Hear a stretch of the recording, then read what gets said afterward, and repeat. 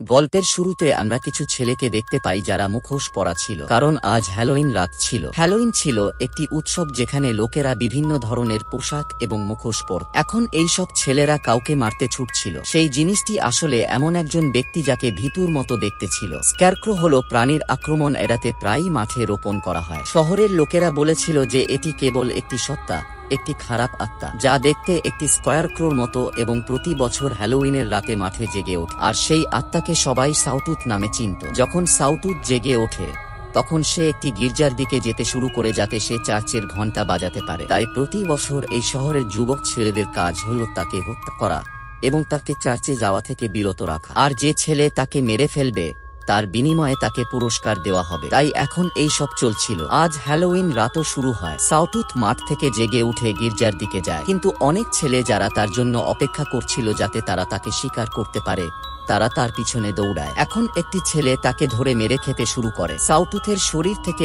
অনেক চকলেট বেরিয়ে আসছিল যা ছেলেটি খেয়ে উপভোগ করছিল। কেন হয়েছিল আমরা পরবর্তী গল্পে খুঁজে বের করব। এই ছেলে জিতেছে। এখন শহরের মালিক তাকে অনেক বড় পুরস্কার দেয়, যেখানে সারা বিশ্ব ভ্রমণের জন্য একটি গাড়ি এবং টাকা ছিল। সেই সঙ্গে তার পরিবারকেও দেওয়া হয় প্রচুর টাকা। ছেলেটি এত কিছু জিতে খুব খুশি হয়েছিল এবং তার নতুন গাড়ি নিয়ে বিশ্ব ভ্রমণে চলে যায়। সেই ছেলেটির পরিবারে তার মা, বাবা এবং তার ছোট ভাই ছিল যার নাম রিচি। সেও তার ভাইয়ের সাথে বাইরে যেতে চেয়েছিল, কিন্তু সে রিচিকে তার সাথে নিতে অস্বীকার করে। এখন গল্পটি 1 বছর পরে আসে এবং হ্যালোউইনের 5 দিন আগে দেখানো হয়। রিচি, যার ভাই তাকে এই শহরে রেখে গেছে। একদিন তিনি যখন থিয়েটারের বাইরে যাচ্ছিলেন তখন তিনি একটি মেয়েকে দেখেন যার নাম কেলি, যারা সবেমাত্র এই শহরে স্থানান্তরিত হয়েছে। এরপরে রিচি তার স্কুলে যায়, যেখানে একজন পুলিশ অফিসার সমস্ত ছেলেদের বলছিল যে হ্যালোউইন আসছে। সাউটুথ স্বীকার করা সহজ জিনিস নয়। তোমাদের মধ্যে অনেক ছেলে প্রাণ হারাতে পারে, কিন্তু আমাদের তাকে কোনোভাবে থামাতে হবে। একবার যখন আমরা তাকে থামাতে ব্যর্থ হই তখন আমাদের শহরে একটি বড় ধ্বংস হয়। এর থেকে বেরিয়ে আসতে আমাদের অনেক সময় লেগেছে। সেজন্য হ্যালোউইনের 3 দিন আগে সব ছেলেদের ক্ষুধা ও তৃষ্ণায় রাখা হয় এবং তারা শুধুমাত্র হ্যালোউইন রাতে বের করা হবে, যাতে তারা রক্তপিপাসু দানব হিসাবে সাউটুথ শিকার করতে পারে এবং যে এই বছর জিতবে তাকে অত্যাধুনিক গাড়ি এবং বিশ্ব ভ্রমণের জন্য অর্থ দেওয়া হবে। তবে এই খেলায় প্রতিটি পরিবারের একজন মাত্র ছেলে একবার অংশ নিতে পারে। এবার এই নিয়ম ভাঙতে চলেছেন রিচি, কারণ তিনি প্রমাণ করতে চেয়েছিলেন যে তিনিও তার ভাইয়ের মতো সাহসী, ঠিক যেমনটা আমরা গল্পের শুরুতে দেখেছি। একই স্কুলে একটি ছেলে যে রিচির ভাইয়ের হুবহু কপি ছিল রিচিকে হিংসা করে, কারণ সেও তার সমান হতে চেয়েছিল এবং তিনি নিজেকে সাহসী প্রমাণ করার প্রক্রিয়ায় ছিলেন। এই খেলার নিয়ম ছিল যে প্রতিটি পরিবার থেকে শুধুমাত্র একটি ছেলে একবার অংশ নিতে পারে। তাই রিচি ভাই আগেই অংশ নিয়েছিলেন, কিন্তু রিচি তখনও জোর করে অংশ নিতে চেয়েছিলেন। এই কারণেই সেই ছেলেটির সাথে ঝগড়া হয় যে রিচি এই গেমটিতে অংশ নিতে চায়নি। এখন অফিসার এসে দুজনকেই শহর থেকে বের করে দেয়। এখন শহর জুড়ে সাউটুথের গল্প ছড়িয়ে পড়েছিল। কেউ এটা অনেক বিশ্বাস করতেন, কিন্তু অনেকেই মনে করেন এটা মিথ্যা। তারা বিশ্বাস করতেন যে এমন কিছু নেই, কিন্তু যারা বিশ্বাস করত তারা সাউটুথ দেখে বিশ্বাস করত, যা খুবই বিপজ্জনক। এখন রিচি স্কুল থেকে বেরিয়ে আসে, কিন্তু ক্লাসে যে ছেলেটি তার সাথে মারামারি করেছে সে তখনও তার পেছনেই ছিল। তাই রিচি থিয়েটারে এসেছিলেন কেলির কাছে। সে তাকে পপকর্ন এবং বোতল দেয়, কারণ সেও রিচিকে পছন্দ করতে শুরু করেছে। রিচি তাকে জিজ্ঞাসা করে যে আজ হ্যালোউইন রাত, তাই নাচতে আসছেন তাই না? এতে কেলি বলেন, না, আমি কালো, তাই আমাকে কেউ ডাকেনি। তাকে বলে, আমাকে একবার জিততে দাও, আমি সাউটুথ মেরে সবকিছু পেয়ে যাব এবং তারপরে আমরা বিশ্ব ভ্রমণ করব। এরপরে রিচি ফিরে আসে এবং তার বন্ধুদের সাথে দেখা করে। এক বন্ধু তাকে খুব ভয় পেত। অপর সাহসী রিচির মাধ্যমে জিততে চেয়েছিলেন। রিচি খেলায় অংশ নিলে এটা সম্ভব হতো, এজন্য তাকে উস্কানি দিচ্ছিল। তিনি বলেন, আপনাকে সবার কাছে প্রমাণ করতে হবে যে আপনি আপনার ভাইয়ের চেয়ে কম নন, আপনিও সবকিছু করতে পারেন। তাই রিচি খেলায় অংশ নিতে প্রস্তুত হন। এ বিষয়ে সে তার মা বাবার সঙ্গেও কথা বলে, কিন্তু তার মা বাবা তাকে প্রত্যাখ্যান করে। রিচির বাবা তাকে অনেকবার বুঝিয়েছেন। রিচি না শুনলে এবার তার বাবা তাকে কড়া চড় মারেন, কিন্তু এখন রিচি অনড় ছিল যে সে শেষ পর্যন্ত সাউটুথকে স্বীকার করবে। সর্বোপরি, কেন রিচির মা এবং বাবা তাকে প্রত্যাখ্যান করেছিলেন, এর পেছনের রহস্য কি ছিল? তাই রিচি তার ভাইয়ের কাছ থেকে একটি চিঠি পায় এবং তিনি একটি কার্ডও পান যা তিনি প্রায়শই তাকে পাঠাতেন। এরপরে রিচি তার বাড়ি থেকে বেরিয়ে আসে যেখানে সে তার ভাইয়ের বন্ধুর সাথে দেখা করে, যে তখনও তার ভাইয়ের জন্য অপেক্ষা করছিল, যিনি তখনও সারা বিশ্বে আসেননি। রিচির মা চেয়েছিলেন যে মেয়েটি তার ছেলেকে ভুলে যায় এবং তার জীবনে এগিয়ে যান। এরই মধ্যে আমরা একজন সাবেক কৃষককে দেখতে পাই, কে যেন মাঠের মধ্যে একটা ভীতিকর জিনিস ঝুলিয়ে রেখেছিল এবং হ্যালোউইনের রাতে জীবিত হয়ে তিনি সাউটুথ হতে চলেছেন। এটা কিভাবে সম্ভব হলো, আমরা গল্পে ধীরে ধীরে এই সব জানতে চলেছি। একদিন রিচি যখন স্কুলে যাচ্ছিল, পথে একই ছেলের সাথে তার দেখা হয়, যে প্রায়ই তাকে স্কুলে বিরক্ত করত। সে তখনও রিচিকে থামিয়ে দেয় এবং তাকে পুরোপুরি মারধর করে আর তার প্যান্টের বেল্টটা খুলে নিয়ে যায়। এই বেল্টটি তাকে রিচির ভাই দিয়েছিলেন। এখন সে আবার তার ভাইয়ের চিঠি পায়, যেখানে তিনি লিখেছিলেন যে রিচি যতক্ষণ না ফিরে আসবে ততক্ষণ আমাকে মা বাবার যত্ন নিতে হবে। এসব নিয়ে তিনি চিন্তিত ছিলেন। সে কি করবে বুঝতে পারছে না, তাই রাগের মাথায় গাড়ি চুরি করে এবং শহর ছেড়ে চলে যায়। এমন সময় পথিমধ্যে তাকে ধরে ফেলেন অফিসার। রিচি দৌড়ানোর চেষ্টা করলে পুলিশ অফিসার তাকে ধরে ফেলে এবং তাকে অনেক মারধর করে, যার কারণে তিনি অজ্ঞান হয়ে পড়েন। এখন হ্যালোউইন রাত আসতে চলেছে, তাই সব ছেলেরা ঘরে বন্দী এবং যখন হ্যালোউইন রাত্রি আসে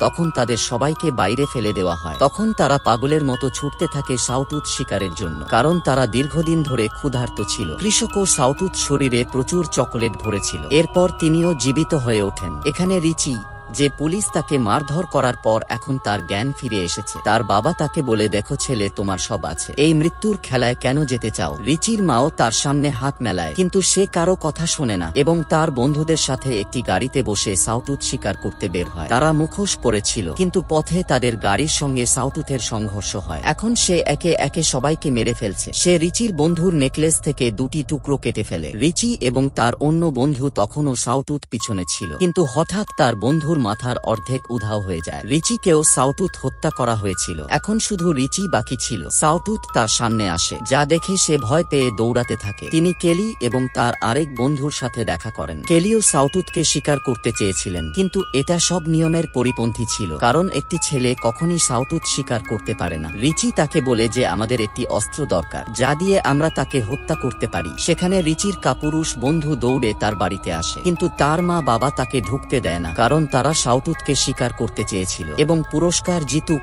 এবং তাদের জীবন সহজ করুক, সেজন্য তারা তাকে ঢুকতে দেয় না। তখন একটা ছেলে, যে জানালার বাইরে দাঁড়িয়েছিল, সে রিচির বন্ধুকে বলে যে তোমার পিছনে একটা সাউটুথ আছে। এবং এই কি হয়, রিচির বন্ধু তাকে দেখে পালিয়ে যায়। তিনি একটি বেসমেন্টে পৌঁছেছেন, যেখানে অনেক ছেলে লুকিয়ে ছিল। সে তাদের দরজা খুলতে বলে, আমাকেও ঢুকতে দাও, কিন্তু তারা তার কাছে টাকা চায়। কিন্তু কিছুক্ষণ পর ছেলেরা সিদ্ধান্ত নেয় তারা দরজা খুলতে হবে এবং তাকে ভিতরে যেতে দিবে, কিন্তু তারা এই সিদ্ধান্ত নিতে অনেক দেরি করেছে। দরজা খুলতেই তারা সাউটুথ রিচির বন্ধুকে ধরে ফেলে এবং তার চোয়াল দুই ভাগ করে দেয় এবং তারপর সে বেসমেন্টের ভিতরে যায় আর সব ছেলেকে মেরে ফেলে। রক্ত বের হচ্ছিল, যা জানালায় দাঁড়িয়ে ছোট ছেলেটি চিৎকার করছিল। সেখানে রিচি ও কেলিও পুলিশ অফিসারের বাড়িতে পৌঁছায়, যেখান থেকে তারা তার বন্দুক চুরি করে এবং তার গাড়ি চালিয়ে সেখান থেকে চলে যায়। শহরেও ছিল এক অদ্ভুত পরিবেশ। ক্ষুধার্ত পাগল ছেলেরা দোকানে হামলা করে, তারা গার্ডকেও হত্যা করে। পরিবেশ তাই উত্তপ্ত ছিল। সবাই একে অপরের রক্ত পিপাসু। শতপদও তাই করছিল, সেও সবাইকে হত্যা করছিল। রিচি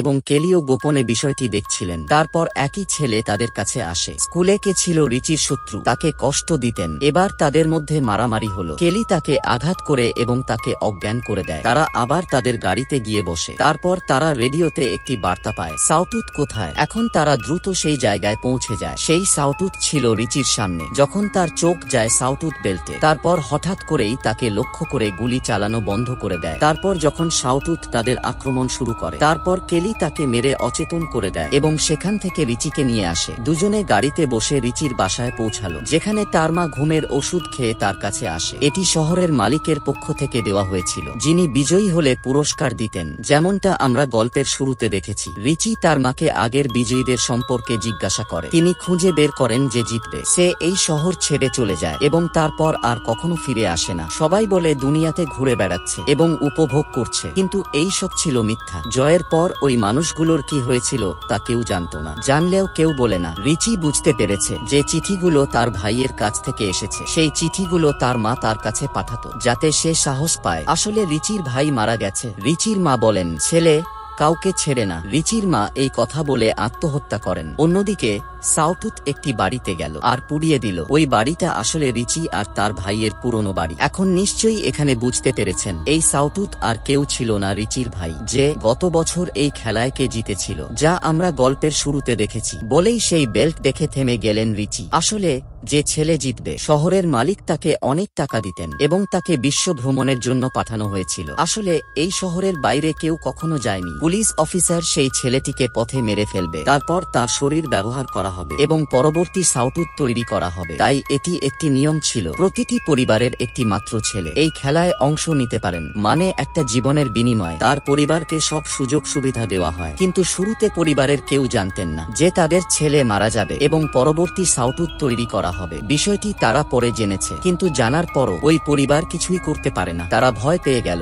যে তারাও শহরের বাইরে যাবে না, তারাও কিছু বলবে না। এই সব কাজ সেখানকার অফিসারই করতেন। তারপর সেই পরিবারকে সারা জীবন কাটাতে হয়েছে একই বিলাসবহুল বাড়িতে, যা তাদের ছেলের জীবনের বিনিময়ে দেওয়া হয়েছিল এবং তাদের ঘুমের ওষুধও দেওয়া হয়েছিল। রিচির মাও এসব ওষুধ খেতেন, মানে রিচির বাবা তাকে এই খেলায় যেতে বাধা দিচ্ছিল যাতে সে তার জীবন বাঁচাতে পারে। এমনিতেই তাদের বড় ছেলে তাদেরকে ছেড়ে চলে গেছে, কিন্তু এই সত্যটা সে কখনোই রিচিকে বলতে পারেনি। এখন পর্যন্ত ছেলের মৃত্যুতে তিনি শোকাহত। তাও তার মৃত্যুর পর তার আত্মা সাউটুত বিচরণ করছে আর সবাইকে মেরে ফেলছে। কালো জাদু দ্বারা তিনি পুনরুজ্জীবিত হয়েছে যাতে তাকে আবার হত্যা করা যায়। আসলে এই সব কাজ এই শহরের মালিক দ্বারা করা হয়েছিল। প্রতি বছর এই কালো জাদু করতেন অর্থ উপার্জন করতে, যাতে সরকার আসলে এই শহরের সাহায্য দরকার এবং তিনি এমন টাকা পেতে থাকেন যার জন্য তিনি বিজয়ীকে কিছু ভাগ দিতেন। এটাই ছিল এই শহরের পুরো সত্য। আমরা যে রিচির বাবা দেখতে অফিসারের কাছে যায় এবং বলে যে আমি এখন আর সত্য লুকাতে পারি না আমার ছেলের কাছ থেকে, যার বিষয়ে কর্মকর্তা এই সব করতে হবে। রিচি সেখানে কেলিয়ে আছে, কে যেন তাকে বলছিল এই শহর ছেড়ে চলে যেতে হবে, কিন্তু রিচির মনে তার মায়ের শেষ কথা চলছিল। সে বলল রিচি সব শেষ কর। কেলি বলেছেন যে রিচি আমরা যদি সাউটুতকে চার্চে যেতে দেই তাহলে তাকে কেউ মারবে না, এই বছর কোনো বিজয় হবে না এবং তারপর এই ধরনের বলিদান থামবেও। এখন রিচিও তাই করে, তার বড় বাড়ি জ্বালিয়ে দেয়। রিচি বসেছিল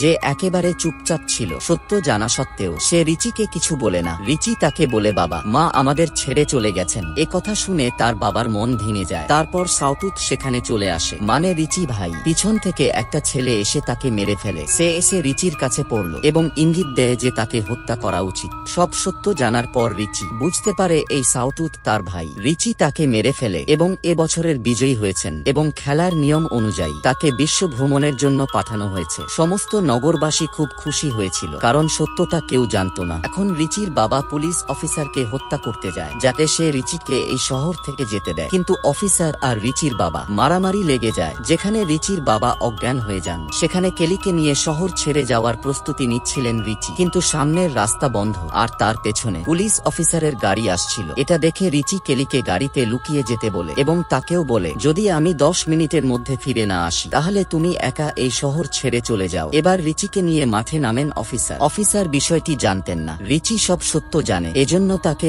আলোচনায় বসিয়েছেন এবং তাকে এখানে নিয়ে এসেছে। কিন্তু রিচি তার বন্দুক দিয়ে অফিসারকে হত্যা করে। তাকে হত্যার পর রিচি অনুভব করলো যে সব ঠিক আছে, কিন্তু তখনই পেছন থেকে এগিয়ে আসেন কৃষক আর রিচিকে মেরে ফেলেন। যে কৃষক এখানে সাউটুত তৈরি করতেন এবং কবরে দাফন করে, যা তার জন্য খোঁড়া হয়েছিল এই বছরের বিজয়ীর জন্য। মানে এরপর রিচির বাবা সেখানে পৌঁছান যে তার ছেলেকে বাঁচাতে পারেনি, কিন্তু কেলিকে বলে এই শহর ছেড়ে চলে যেতে। এখন গল্প দেখানো হয়েছে 1 বছর পর কৃষক যখন কবর থেকে রিচির লাশ বের করছিলেন এবং সাউটুত বানাচ্ছেন, এমন সময় তার বাবা সেখানে আসে। কৃষককে মেরে ফেলেন আর রিচিকে বলে যে পুরো শহর জ্বালিয়ে শেষ করে দাও, কোন শহর থাকবে না এবং প্রতি বছর কোন পরিবার থেকে তাদের ছেলেকে বলি দিতে হবে। আমরা রিচিকে দেখতে পাই যে উচ্চস্বরে চিৎকার করে, মানে এখন সে পুরো শহর জ্বালিয়ে দেবে। এবং এই সঙ্গে এই ছবির গল্প এখানেই শেষ। ভিডিওটি ভালো লাগলে লাইক করবেন, সাবস্ক্রাইব করবেন।